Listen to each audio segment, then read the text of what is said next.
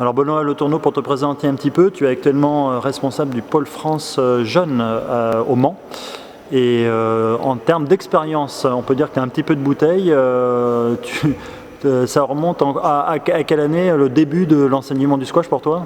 Bon, j'ai commencé en 89, donc c'était le premier sport-études de squash en France, c'était à Cholet, avec Patrice Chotard et John Elstock, donc oui, ça date un peu, quoi. Donc tu vas pouvoir me parler d'arbitrage avec un petit peu... Et d'ailleurs, en matière d'arbitrage, tu as arbitré plusieurs championnats d'Europe, des tournois du circuit professionnel, les internationaux de France... Enfin bon, genre les internationaux de France à Tours, qui est à l'époque, avec Julien Bonetta. Donc parfait, tu es l'homme qu'il me faut pour répondre à cette question cruciale. Quelle est la place de l'arbitrage dans le squash et comment on peut le travailler, l'améliorer?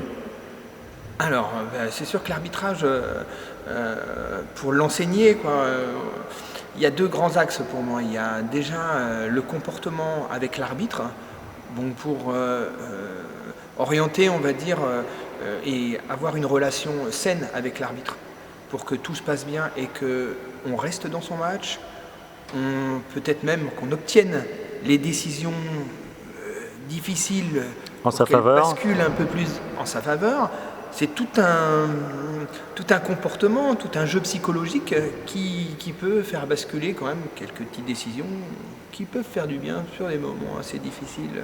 Voilà. Donc ça, c'est la première chose. Puis après, la deuxième chose, c'est toute la vision du jeu, savoir profiter un petit peu des interférences pour, au lieu d'avoir juste un let, plutôt jouer cette balle pour que ça soit vraiment un avantage et qu'elle se retourne contre l'adversaire qui a joué la mauvaise balle et donc profiter. Donc, tu veux dire que stratégiquement, des fois, il y a plus intérêt à jouer la balle bien sûr. Que jouer avec les règles d'arbitrage. Oui, voilà. Demander des lettres à tout va, voilà.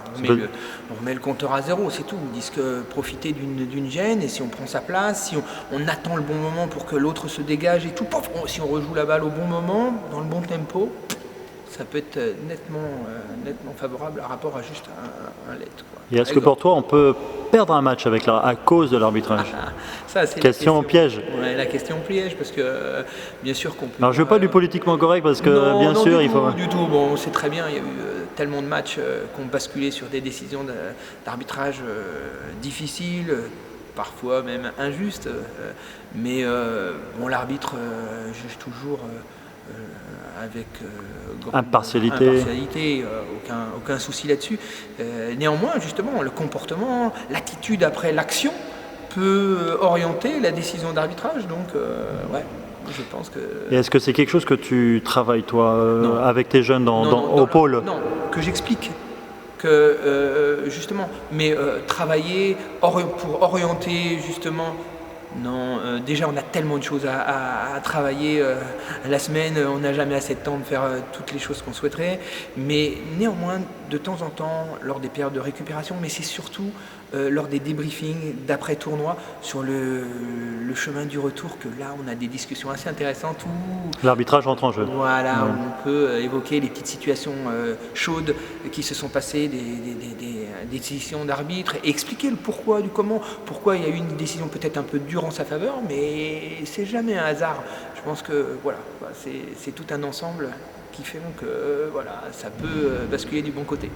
Voilà. Parfait, bah écoute, merci Benoît et puis bonne chance avec tes jeunes au pôle. Ok, à bientôt.